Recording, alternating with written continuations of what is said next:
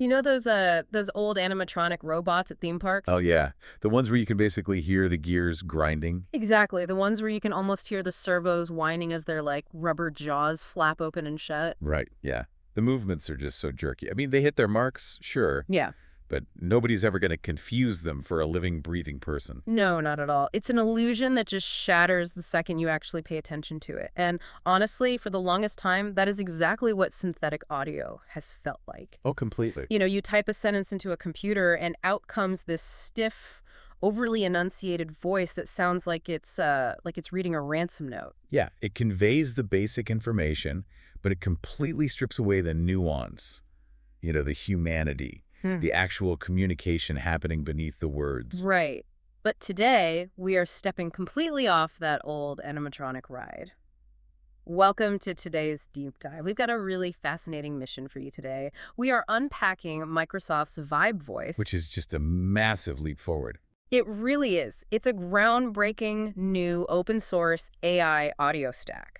And we are going to explore how it is completely rewriting the rules for text-to-speech, voice cloning, and audio generation. We're looking at a genuine paradigm shift here. Mm. It's the leap from those isolated robotic sounds you mentioned to something entirely fluid and dynamic. Exactly. And to get to the bottom of this for you, we've pulled together a massive stack of sources. We're looking at technical repositories directly from Hugging Face and GitHub, live demo sites, and some expert AI research breakdowns. Lots of really dense, fascinating material to go through. Oh, yeah. But before we jump into the really mind-bending capabilities, we actually need to clear up a naming collision right out of the gate, just so you don't get lost if you go searching for this later. Yeah, this is a really crucial distinction to make. Right, so today we are unpacking Microsoft's VibeVoice. And just to be completely clear, we are not talking about a separate tool out there called vibe coding. Right. Vibe coding is a voice-to-text input tool. It basically turns your spoken words into software code. Which is neat, but not this. Exactly. We are looking at Microsoft's frontier text-to-speech model today. It is not about writing code with your voice. It's about taking raw text and generating highly realistic, emotionally resonant audio. Which, honestly, is a huge relief to me personally, because if I accidentally tried to code an app just by, like, muttering to myself while making coffee, the results would be catastrophic. I think we'd all end up with some pretty terrifying software that way. Seriously. So, with those boundaries firmly set, what actually makes VibeVoice a frontier model? Because, I mean, every tech company out there claims their new text-to-speech is, quote-unquote, highly expressive. Well, the biggest differentiator here is how it fundamentally changes the scale and the persistence of what we can generate. Okay, what do you mean by persistence? But traditional text-to-speech, or TTS, is inherently fragile. No. It's usually limited to short robotic clips. A few sentences here, maybe a short paragraph there. Right, like TikTok voiceovers. Exactly.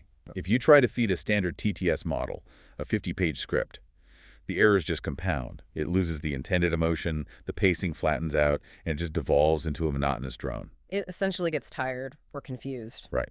VibeVoice, however, generates highly expressive conversational audio, and it can sustain that generation for up to a staggering 90 minutes. Wait, 90 continuous minutes of generated audio in a single shot? Yep, a single continuous generation. And it's not just a single narrator droning on for an hour and a half either.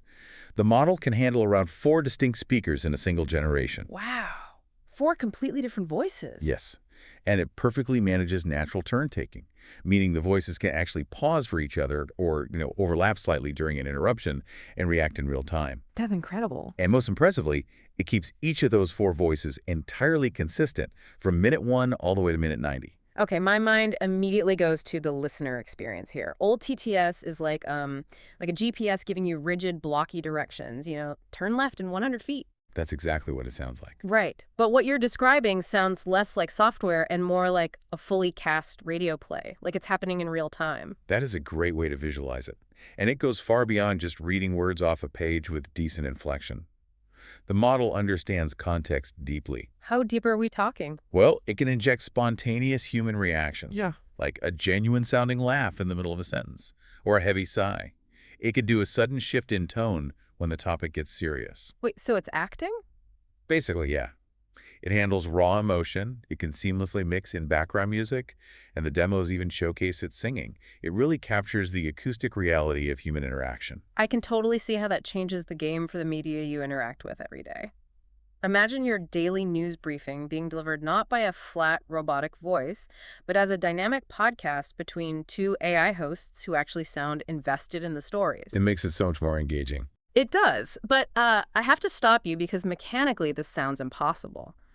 I mean, if it's doing 90 minutes of multi-character dialogue, how on earth does it not lose the plot or mix up the voices by minute 45? That's the big question. Right. Like, we've all seen AI image generators that forget what a character's face looks like the second they turn sideways. How does VibeVoice remember exactly what, speaker 2 sounded like an hour ago? You're hitting on the exact reason why this is such a massive technical breakthrough. Yeah.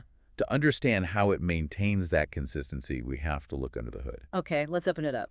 The secret lies in a piece of architecture called a continuous speech tokenizer. A continuous speech tokenizer. Let's break that down. Usually in the AI space, a tokenizer is what chops data up into readable pieces, right? Like taking a sentence and breaking it into individual words or syllables. Precisely.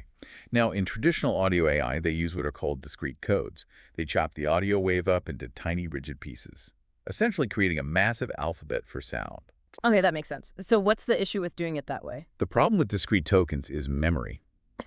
If you have a massive library of these rigid audio puzzle pieces, keeping track of millions of them over 90 minutes takes an absurd amount of computational memory. Oh, I see. Yeah, the attention mechanism of the model just gets overwhelmed. Yeah. The system loses the thread and it literally forgets the voice. So the system is trying to juggle too many tiny individual puzzle pieces at once, and eventually it just drops them. That is the perfect way to put it. So VibeVoice bypasses that bottleneck by using continuous latent representations. Yeah. And it does this at an incredibly low frame rate. Specifically, it operates at around 7.5 hertz. Hold on. 7.5 hertz for audio, Yep. but human hearing goes up to like 20,000 hertz? If it's operating at 7.5 hertz, how does the output not sound like a muddy, muffled mess coming from underwater? Because that 7.5 hertz does not represent the raw audio wave itself. Oh, it doesn't. No, it's a highly compressed mathematical representation of the meaning and the broad acoustic qualities of the speech. Okay, so it's an abstraction. Exactly. By stepping down to 7.5 frames per second in this abstract, latent space, the model massively reduces the amount of data it has to remember. Which solves the memory problem. Right. It makes a 90-minute sequence mathematically tractable because it's only remembering the core structure of the conversation, not every single microvibration of the vocal cords. I think I see where this is going. So instead of chopping the audio into millions of rigid puzzle pieces, it's more like a painter sketching out the broad narrative strokes, the semantics, the intent, the pacing, and it does that at 7.5 hertz. That's a really good analogy. But if that's just the rough pencil sketch, what acts as the fine brush to actually fill in the high-definition sound waves that we hear at the end? The fine brush is a lightweight diffusion model.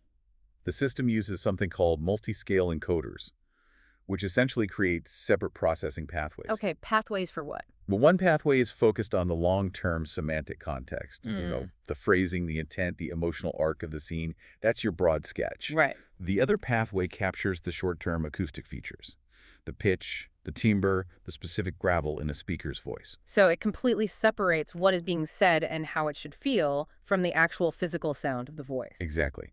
It separates them, processes them efficiently, and then fuses them back together. Then it uses what is known as next token diffusion.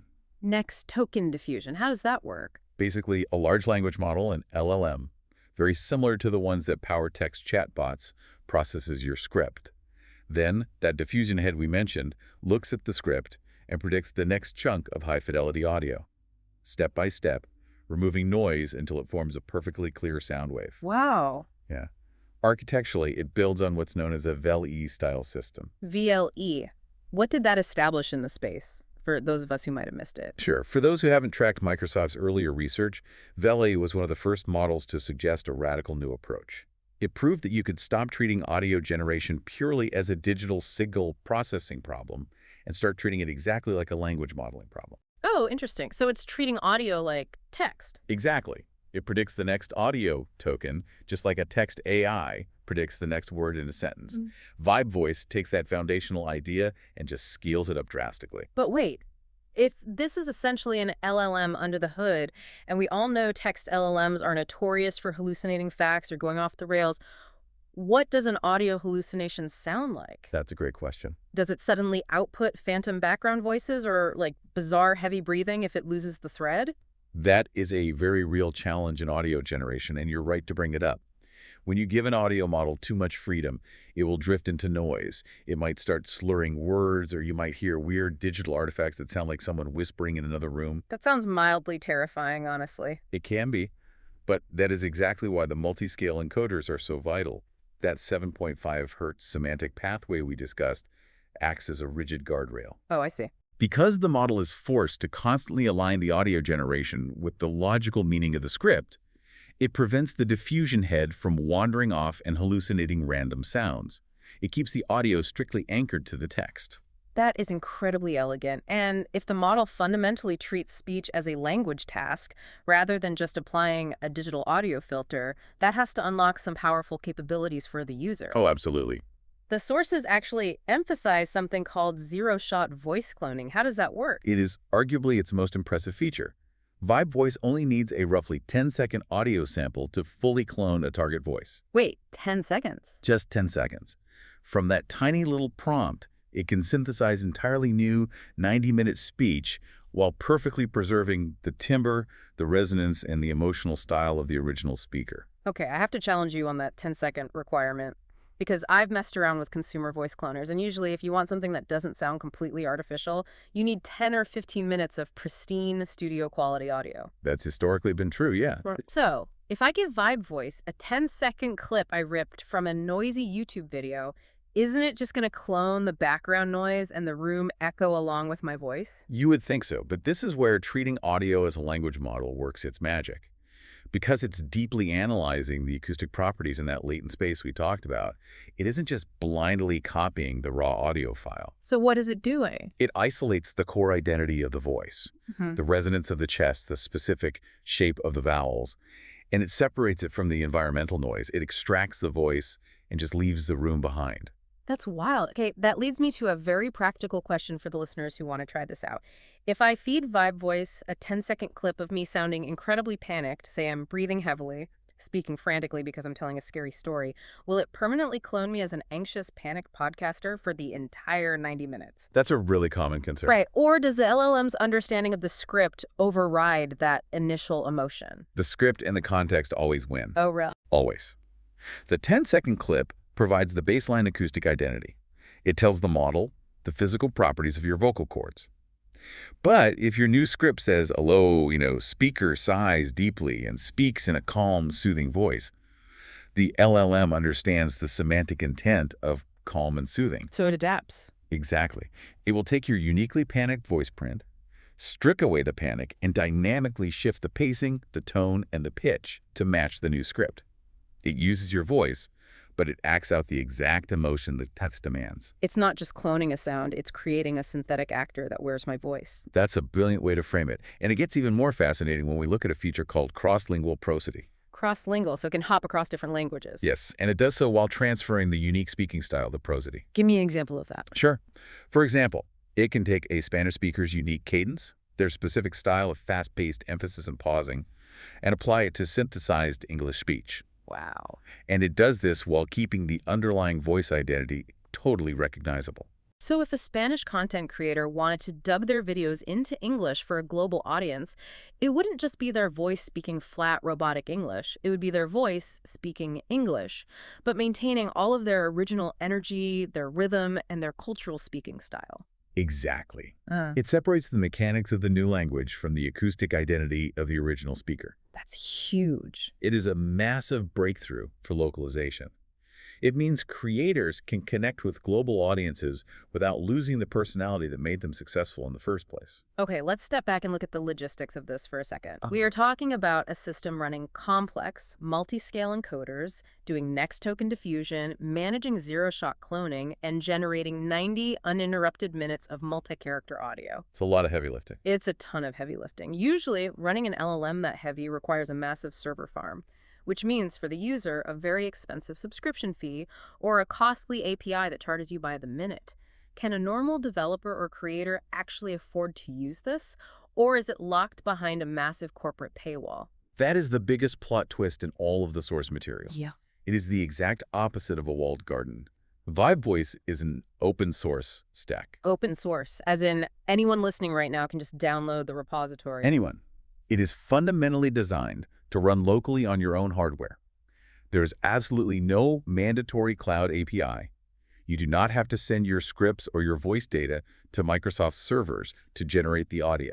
Let's really emphasize the gravity of that for a second. No API fees, no monthly subscription, no corporate oversight on what you're generating. You just run it on your own machine. You just run it. The entire stack covers text-to-speech, speech-to-text or ASR, and the voice cloning, all wrapped up in one comprehensive package. That's generous. It is. It's incredibly developer-friendly, distributed via open repositories like Hugging Face and GitHub, and it even integrates into visual programmatic workflows like Comfy UI nodes. Okay, for the listeners who might not be deep into the developer weeds, can you explain what a Comfy UI node integration actually means for them? Sure. Comfy UI is a very popular visual interface, primarily used right now for AI image and video generation.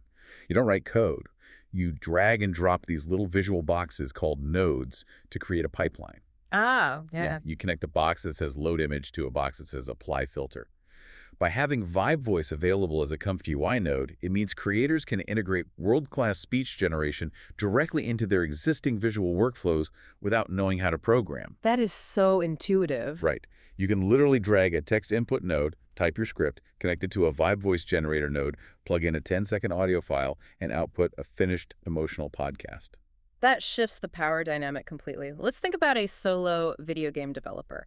In the past, if they wanted their characters to have spoken dialogue, they either had to hire voice actors, which, kills an indie budget, or use terrible robotic text-to-speech. Exactly. With this, a developer could build a bustling tavern in their game where every single non-player character has a distinct, persistent, emotionally reactive voice generated on the fly. And because it runs locally, that dialogue can be generated in real time on the player's machine without needing an internet connection. Wow. And the privacy side of that is huge, too. The privacy implications are massive. You could build a localized voice assistant for your phone or your smart home that sounds like your favorite actor, but never sends your private queries to the cloud. Or think about it for audiobook listeners. Imagine buying an ebook and having this system dynamically generate the audio version on your laptop, casting 4 different voices for the main characters, and delivering a 20-hour performance that stays perfectly consistent chapter after chapter. It really changes everything. You don't need a Hollywood budget or a massive server farm anymore. You just need some decent local hardware and this open repository. It completely removes the friction between having an idea and hearing that idea brought to life with human-like expression. Knowledge, storytelling, and interactive media are going to become far more immersive. And the barrier to entry has essentially dropped to zero. We have covered a massive amount of ground today. Let's do a quick recap of the journey we just took. We started by making sure you don't accidentally try to use this to code your next app with your voice. Remember, we are talking about Microsoft's VibeVoice TTS model, not the vibe coding tool. Very important distinction. Right. We unpacked how it shatters traditional robotic TTS by generating 90-minute expressive multi-speaker symphonies. We looked under the hood at the genius of the continuous speech tokenizer operating at 7.5 hertz, and how that diffusion model paints in the high-definition sound without hallucinating thanks to the multi-scale encoders. Right, keeping it all anchored. Exactly. We explored the power of 10-second zero-shot voice cloning that understands emotion. And finally, we celebrated the reality that this frontier tech is open source, entirely free of API fees, and ready to run locally on your machine. If there is one core takeaway from all of this research, it is that the era of the robotic, easily identifiable synthetic voice is coming to an end. It really feels like it. We're entering an age where computational audio can perfectly mirror the acoustic reality of human emotion, and it is accessible to anyone with a computer. Which leads me to a final thought for you to mull over as you go about your day. We've talked a lot about the incredible benefits for developers, creators, and listeners. But if anyone can now instantly generate 90-minute, emotionally rich, multi-character conversations on their local machines, what happens to our perception of authentic human spontaneity? That's the real question, isn't it? Yeah. When an open source AI can perfectly simulate an unscripted emotional reaction, a nervous laugh, a sudden pause, a voice cracking with sadness, how long until we completely lose the ability to tell who is actually in the ride with us? That is a profound question to leave on. Thanks for joining us on this deep dive. We'll catch you next time.